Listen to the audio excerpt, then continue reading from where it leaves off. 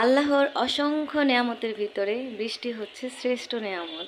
কেন বলেন তো? কারণ বৃষ্টিতে দোয়া কবুল হয়। তাই বৃষ্টি আসলেই আমি বারান্দায় দৌড়িয়ে যাই।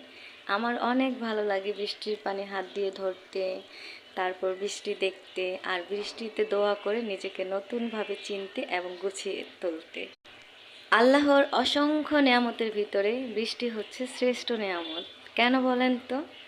কারণ বৃষ্টিতে দোয়া কবুল হয়। তাই বৃষ্টি আসলেই আমি বারান্দায় দৌড়িয়ে যাই।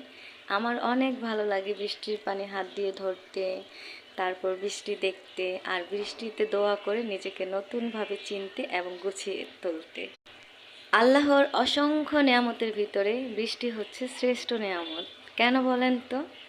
কারণ বৃষ্টিতে দোয়া কবুল হয়। তাই বৃষ্টি আসলেই আমি বারান্দায় দৌড়িয়ে যাই। আমার অনেক ভালো লাগে বৃষ্টির পানি হাত দিয়ে ধরতে, তারপর বৃষ্টি দেখতে, আর বৃষ্টিতে দোয়া করে নিজেকে নতুনভাবে চিনতে এবং গুছিয়ে তুলতে।